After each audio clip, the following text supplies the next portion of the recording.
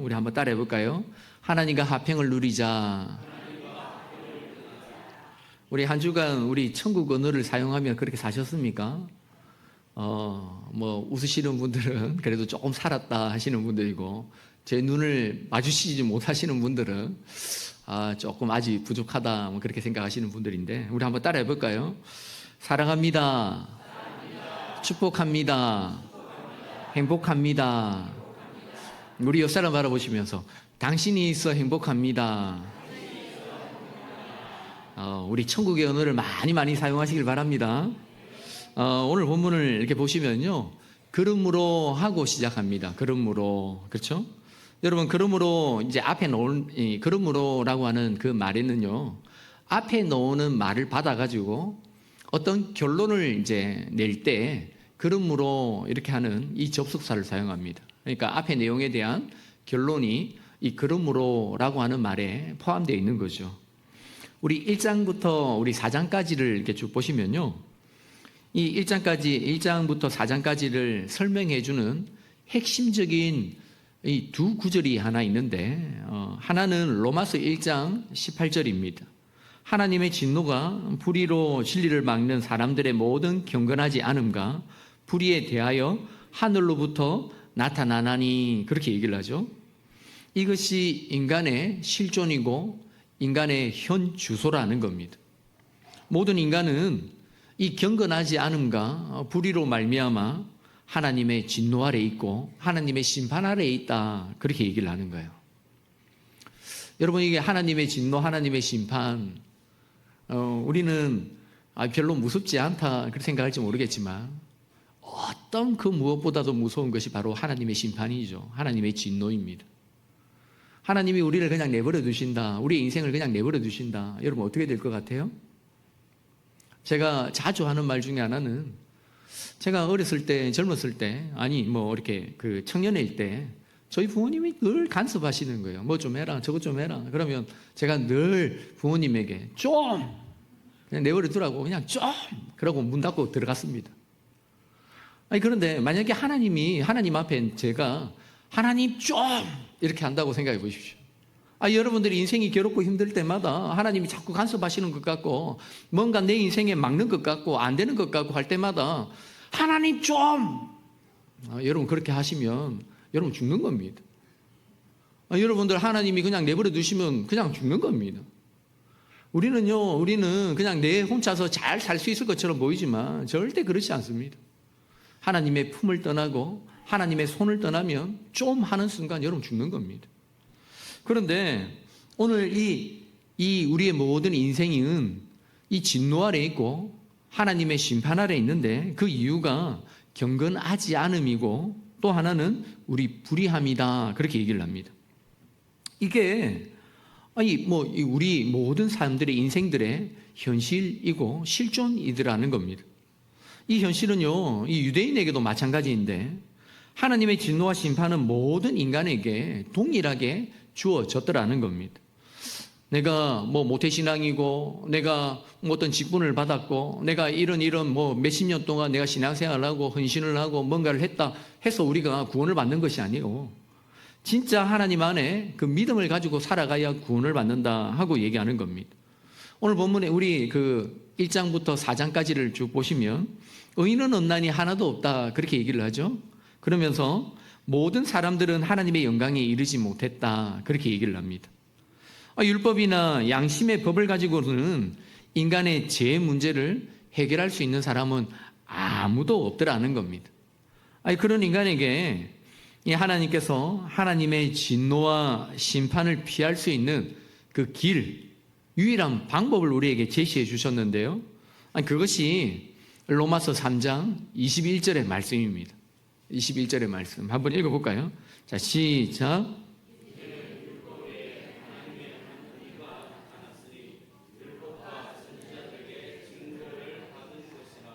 그 하나님의 진노와 심판을 피할 수 있는 유일한 그 길을 하나님께서 열어주셨는데, 그게 뭐라고 나와 있어요? 하나님의 한 의다, 이렇게 얘기를 합니다. 한 의. 이게 의라고 하는 이 단어를 다른 말로 이렇게 바꾸어낼 수 있는데 예수 그리스도다 이렇게 얘기할 수 있겠죠. 예수 그리스도를 믿음으로 말미암아 우리가 의롭게 되어진 것이죠. 이 믿음의 방법은 뭐 새롭게 만들어진 것도 아니고요. 뭐 이미 구약 성경에서부터 나타나 있는 입증되어 있고 나타나 있는 방법이었더라는 겁니다. 그 예로 구약의 대표적인 그 두 사람을 들어서 설명하는데, 한 사람은 우리가 잘 알고 있는 아브라함이고요. 또 한 사람은 다윗입니다. 다윗. 인간이 어렵게 되는 길은 오직 십자가에서 이 죽으시고 다시 사신 예수 그리스도를 믿는 믿음만이 우리를 어렵게 할 수 있다, 그렇게 말씀하시는 겁니다. 여러분, 이것이 우리가 지금까지 살펴본 1장부터 4장까지의 내용이었다고 한다면, 오늘 본문은요, 그러므로 하고 시작하면서, 그러면 이 복음을 받은 자들이 이 땅을 어떻게 살아가고 있느냐, 어떤 혜택을 받고 살아가고 있느냐 하는 것을 우리에게 말씀하고 있는 거죠. 여러분들 아무리 좋은 것들을 갖다 줘도요, 그거 사용할지 모르면, 내가 사용할지 모르면 아무 소용이 없습니다. 그렇죠? 그걸 사용할 수 있어야 그것이 나에게 유익이 되는 거고 나에게 좋은 것이 되는 거지, 사용할지 모르면 아무 유익이 없습니다. 마찬가지입니다. 우리 복음을 통해서 우리가 의롭게 되어졌는데, 이 의롭게 되어진 우리가 어떤 복을 받고 살아가느냐 하는 것이 너무 중요합니다. 우리 1절을 한번 보시면, 1절을 그러므로 우리가 믿음으로 의롭다 하심을 받았으니 우리 주 예수 그리스도로 말미암아 하나님과 화평을 누리자, 그렇게 얘기를 합니다. 믿음으로 의롭게 되어진 자들이 그 얻어진 복, 얻어진 결과가 뭐냐니까 하나님과 화평을 누리게 되었다라는 겁니다. 그런데 문제는 이 대부분의 사람들이 그 화평을 누리지를 못합니다. 왜 그럴까요? 이미 화평을 받았음에도 불구하고, 이 복을 우리가 받았음에도 불구하고 누리지를 못하더라는 겁니다. 우리 첫 번째 한번 따라해 볼까요? 화평케 되었다는 사실을 기억해야 한다. 화평케 되었다라고 하는 사실을 기억해야 한다는 거예요. 우리 1절을 한번 잘 보시면, 그러므로 우리가 믿음으로 의롭다 하심을 받았으니, 이렇게 얘기를 해요. 이 의롭다라고 하는 말은 우리가 잘 알고 있는 것처럼 하나님과의 바른 관계를 얘기하는 거예요. 하나님과의 바른 관계. 하나님과의 바른 관계를 방해하는 것이 있어요. 그게 뭘까요? 하나님과의 바른 관계 안으로 들어가지 못하게 하는 게 있어요. 그게 뭘까요? 죄죠. 그렇죠. 죄입니다. 그래서 죄인들은 하나님 앞에 설 수가 없죠. 그런데 예수님이 그 죄의 문제를 해결해 주시고 우리를 깨끗하다, 죄 없다, 의롭다 그 해주심으로 말미암아 하나님 앞으로 나가게 되었다라는 거예요. 죄의 문제가 해결되었기 때문에 이제는 하나님 앞에 설 수 있게 되었다, 그렇게 얘기하는 거예요. 그거를 다른 말로 하면 화평케 되었다, 그렇게 얘기하는 거예요. 하나님 앞에 섰다, 하나님 앞에 나아갔다 하는 그 말을 다른 말로 표현하면 화평케 되었다, 그렇게 얘기하는 거예요. 여러분, 여기 이 하나님과 화평을 누리자 이렇게 되어 있는데, 요 두 가지로 이렇게 해석할 수 있어요. 하나는 오늘 본문처럼 그냥 화평을 누리자 이렇게 해석할 수도 있고요. 또 하나는 하나님과 화평을 누리고 있다 이렇게 해석할 수 있어요. 누리자 하는 것과 누리고 있다 이렇게 해석할 수가 있어요. 사실 문맥의 흐름을 보면 두 번째 해석이 더 맞아요. 우리는 누리고 있죠. 예수 그리스도의 의로 말미암아 주님께서 우리를 의롭다 하심으로 말미암아 우리는 하나님과 화평함을 누리고 있죠. 사랑하는 여러분, 그러므로 2절에 보면 한번 읽어볼까요? 2절 말씀입니다. 자, 시작.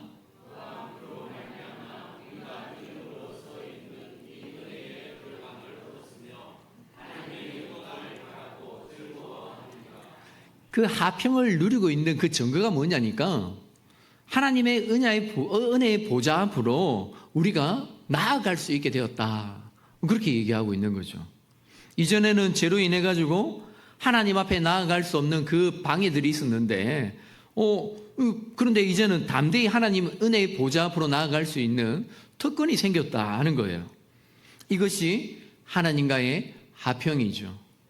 이 죄로 말미암아 끊어진 하나님과의 관계가 다시 회복되어졌다라는 겁니다. 한번 예를 한번 들어볼까요? 예를 들면 이런 거예요. 한 부잣집에 딸이 있었습니다. 한 부잣집에 딸이 있었습니다. 그런데 이 딸이 어느 날 놀다가 아버지가 아끼고 애지중지하던 그 도자기를 깨트려 버린 거예요.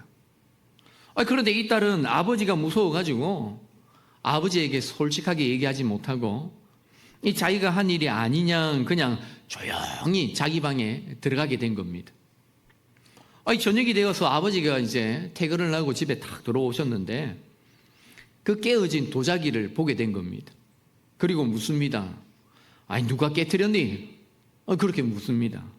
아이가 대답하겠죠. 여러분 같으면 뭐라고 대답할까요? 모르겠는데요. 막 그렇게 하겠죠. 그렇죠? 모르겠는데요. 그렇게 얘기했습니다. 거짓말이죠. 점점 죄가 자라기 시작하고 장성하기 시작하는 겁니다. 그런데 딸이 도자기를 깨트렸을 때 그 도자기를 깨트리는 그 현장 가운데 다른 한 사람이 보고 있었습니다. 집에 일을 돕고 있는 이 가정부 아주머니가 그 모습을 보고 있었던 겁니다. 어느 날 이 가정부 아주머니가 딸에게 말합니다. 너 이제부터 설거지해. 그렇게 얘기하는 겁니다. 그러니까 이 아이가 뭐라고 얘기할까요? 아니, 왜 내가 설거지를 해야 돼요? 아주머니가 해야죠. 그렇게 얘기를 합니다. 그랬더니 그래, 그러면 이제부터 내가 지켜봐왔던 거 너희 아버지에게 이제 다 말할 거야. 너 아버지에게 말하면 너 어떻게 되는지 알지? 그러면서 협박합니다. 이 아이가 할 수 없어 그때부터 이제 설거지를 시작하는 겁니다. 그 다음부터 수시로 청소를 시키고 야, 물 떠와. 그러면 그 잔심부름까지 이제 하게 되어지는 거죠. 그런데 들킬까봐 시키는 대로 할 수밖에 없습니다. 그 아주머니의 모든 말들에 순종할 수밖에 없는 거죠. 하지만 그것보다 더 고통스러운 것은 아버지가 혹시 알면 어떻게 할까라고 하는 죄책감이 그 마음에 자꾸 찾아오는 겁니다. 그래서 아버지를 볼 수가 없습니다. 아버지를 늘 피해 다닙니다. 거기다가 혹시나 아버지가 이 일을 알게 되면 어떻게 할까라고 하는 불안과 두려움 때문에 잠도 제대로 자지 못하는 겁니다. 그래서 아버지와 함께 있고 아버지와 함께 식사하는 자리를 자꾸 피하려고 합니다. 그 자리가 늘 힘들거든요. 이게 우리가 말하고 있는 아버지와의 화평이 깨트려진 거죠. 참다 못해 어느 날 이 아버지를 찾아가 가지고 자신의 모든 잘못을 고해성사하듯이 다 고백하게 되어집니다. 눈물을 흘리면서 내가 놀다가 어쩔 수 없어가지고 이 도자기를 깨트렸어. 그러면서 아버지에게 솔직하게 다 이야기하게 되어집니다. 그런데 아버지는 딸을 꾸중하는 것이 아니라 딸을 안으면서 이렇게 얘기하는 겁니다. 아빠는 다 알고 있었어. 아빠는 이미 다 알고 있었어. 하지만 네가 아빠에게 고백할 때까지 내가 기다리고 있었던 거야. 아빠가 도자기를 아무리 귀하게 여긴들 너보다 더 귀하게 여기겠냐. 그러면서 아이를 꼭 껴안아주는 겁니다. 그 이후로부터 이 아버지와의 그 관계가 회복되기 시작하는 거죠. 그렇죠? 화평케 되어졌다라는 겁니다.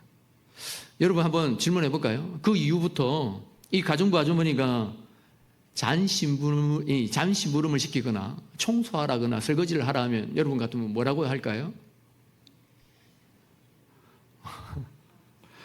아니, 그 아주머니가 와가지고 여러분들 귓가에 내가 지난날 네가 한 일 내가 다 알고 있어. 너희 아버지한테 다 말할 거야. 막 그렇게 하면 여러분 뭐라고 얘기할까요? 당당히 불어라 얘기하겠죠. 그렇죠? 아니, 그때부터는 당당해지겠죠. 우리 모두에게 이런 비슷한 경험들이 있을 겁니다. 저도 있습니다. 여러분들 다 있을 겁니다. 제가 운전면허를 따가지고 차 운전을 한번 해보고 싶은 겁니다. 그래가지고 작은 형 탁 자고 있을 때 그 작은 형의 차를 제가 이게 몰래 이렇게 탁 차키를 가지고 밤에 차를 들고 한번 나간 적이 있었습니다. 나가면서 그 교회 친구들 다 태워가지고 밤에 심야 영화를 딱 보고 이제 기분 좋게 집으로 딱 들어오는 그 순간에 이 차 이제 되려고 딱 되는 그 순간에 그 전봇대를 보지 못하고 전봇대를 때려박은 겁니다.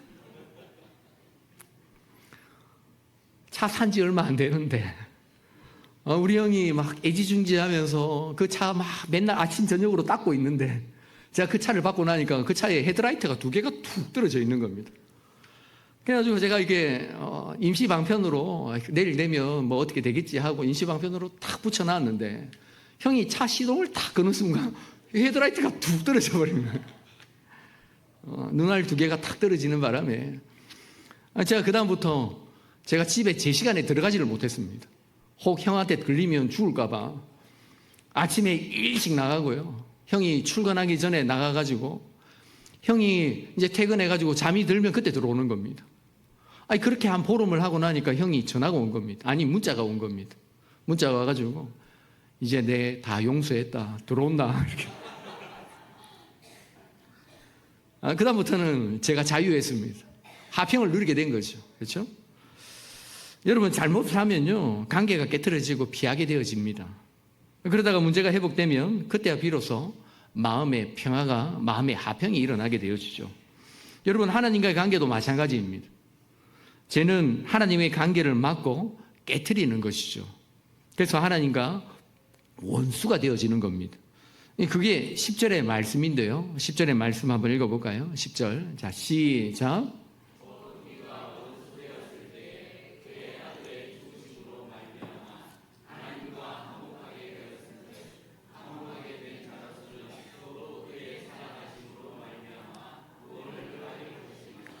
이 죄는 하나님과 원수되게 하는 것인데요. 그런데 예수님께서 우리의 죄를 위해서 십자가의 죽으심으로 말미암아 이제는 하나님과 화평되게 하셨다라는 거예요. 깨트려져 있던 그 모든 것들을 이제는 화평되게 하고 하나되게 하셨다라는 거예요. 그런데 우리가 화평을 누리지 못하는 그 이유가 어디에 있느냐니까요. 자꾸 이 사실을 잊어버리는 거예요. 나의 신분과 나의 지위를 자꾸 잊어버리는 거예요. 이 사실을 기억하고 깨달아야 하나님이 이미 예수 그리스도로 말미암아 하나님과 우리 사이에 깨트려졌던 그 화평들이 다시 이루어졌다라는 그 사실을 기억해야 화평을 누릴 수 있는데 자꾸 잊어버리더라는 거예요. 사랑하는 여러분 꼭 기억하시길 바랍니다. 예수 그리스도께서 우리를 위하여 십자가에 달려 돌아가심으로 말미암아 하나님과 우리 사이의 모든 깨트려졌던 그 모든 것들이 화평되어졌음을 여러분 믿으시길 바랍니다. 두 번째는요, 진짜 화평을 누려야 합니다. 진짜 화평을. 여러분, 하나님과 화평을 누릴 수 있는 이 자격과 조건을 갖추어졌음에도 불구하고 여전히 이전에 깨트려졌던 그 상태로 그대로 살게 되어 있더라는 거예요. 살고 있더라는 겁니다. 11절에 보면 그뿐 아니라 이제 우리로 화목하게 하신 우리 주 예수 그리스도로 말미암아 하나님 안에서 또한 즐거워하느니라 이렇게 얘기를 합니다. 하나님과 화평을 누릴 뿐만 아니라 그로 인하여 즐거워하고 기뻐하는 것이 성도들의 모든 삶이다 그렇게 얘기하는 거죠. 여러분 진정한 소유는 이 가지고 있는 것이 아니고요 누리는 것에 있습니다. 누리는 것. 여러분이 아무리 돈을 많이 가지고 있어도요, 그 돈을 쓰지 않으면, 어떤 그 기쁨이 없는 거죠. 아무리 많은 것을 가지고 있더라도 그것을 누리지 못하면 실제로 내 것이 아니라는 겁니다. 하나님과 화평한 자가 되었음에도 불구하고, 그것을 깨달았음에도 불구하고, 그 화평을 누리지 못하면 아무것도 아니더라는 겁니다.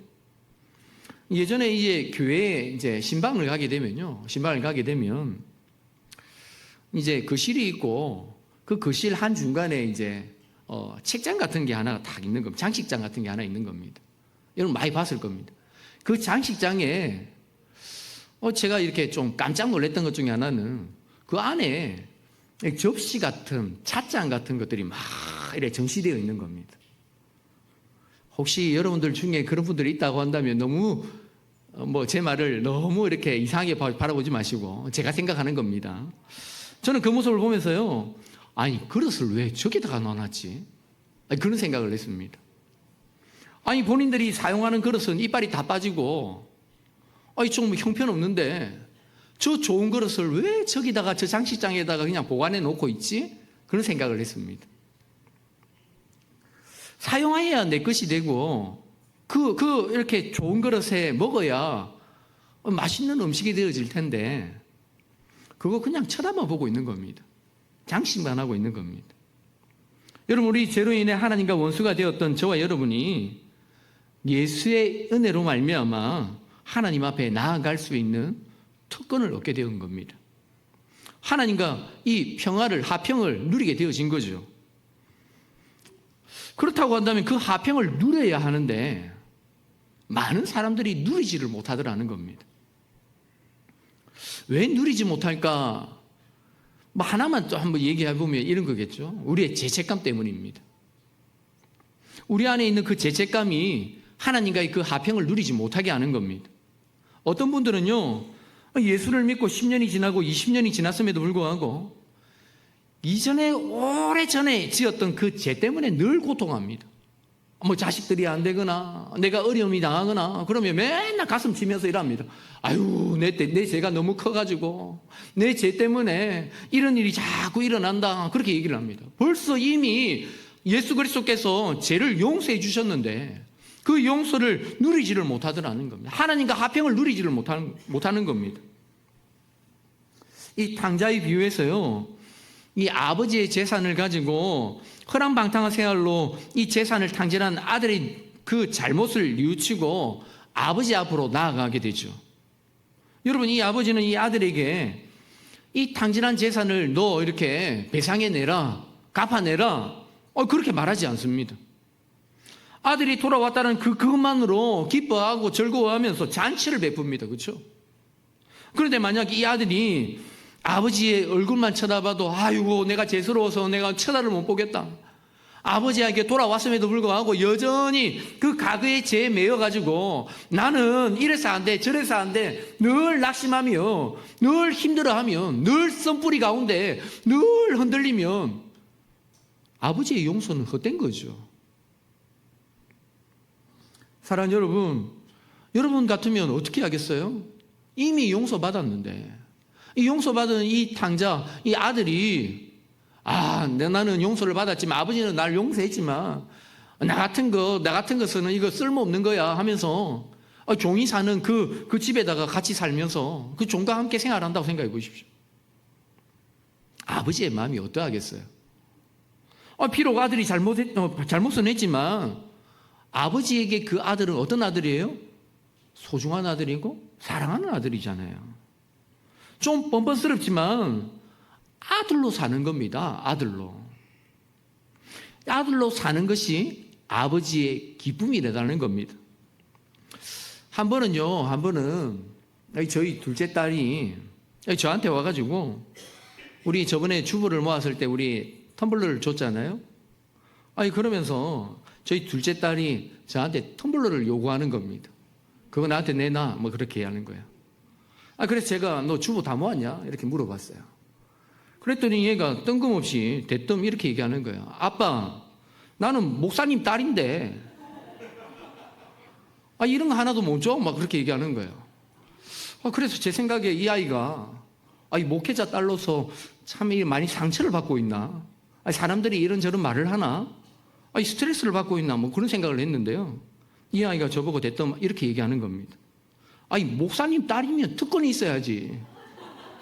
나도 하나 줘. 그렇게 하는 거예요. 진짜 뻔뻔하지 않습니까? 여러분은 누구의 딸이고 누구의 아들입니까? 그렇다면 좀 뻔뻔하게 그렇게 살아야 되지 않겠습니까? 하나님 우리 아버지시고 내가 그 아버지 대신 우리 모든 것 대신은 그 전지전능하신 하나님 아버지인데 우리 아버지가 되시는데 좀 뻔뻔해야 되지 않겠습니까? 사랑하는 여러분, 아버지 앞에 나아갈 때마다 늘 두렵고 무섭다고 한다면 그게 어떻게 아버지입니까? 그렇죠? 좀 담대하게, 좀 두려움 없이, 이 불안함 없이 하나님 앞에 좀 담대하게 나아가시는 저와 여러분들 되시길 바랍니다. 이 세상의 아버지와 다른 자신의 전부를 들여 아끼지 않는, 이 자신의 전부를 들여도 아끼지 않는 그 사랑하는 우리 아버지가 우리 아버지심을 여러분 믿으시길 바랍니다. 하나님 그 사랑으로 우리를 사랑하시는 겁니다. 저는 그 하나님이 영원토록 우리와 함께 하시면서 우리를 끝없이 사랑하신다 하는 그 사실을 저는 믿습니다. 여러분도 믿으시길 바랍니다. 그러기 위해서 우리가 전제해야 하는 것 하나가 있습니다. 여러분 1절을 한번 다시 한번 보시면요, 하나님과 화평을 누리게 되었는데 무엇으로 말미암아 이 화목함, 화평함을 누리게 되었냐 하는 겁니다. 무엇으로 말미암아 그렇게 되었다고요?